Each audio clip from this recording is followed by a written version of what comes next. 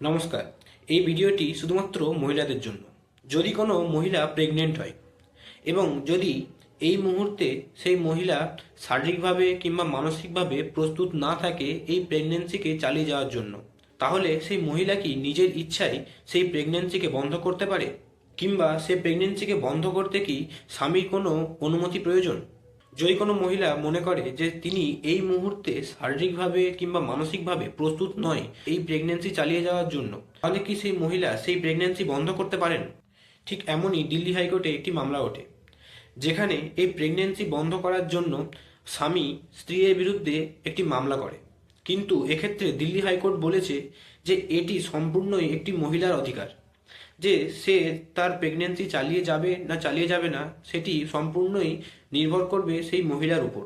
সেই মহিলাটি ছিল 14 সপ্তাহের প্রেগনেন্ট এবং আইন মতে 20 সপ্তাহ পর্যন্ত কোনো একটি রেজিস্টার্ড ডাক্তারের মতামত নিয়ে কোনো মহিলা তার প্রেগনেন্সি বন্ধ করতেই পারে।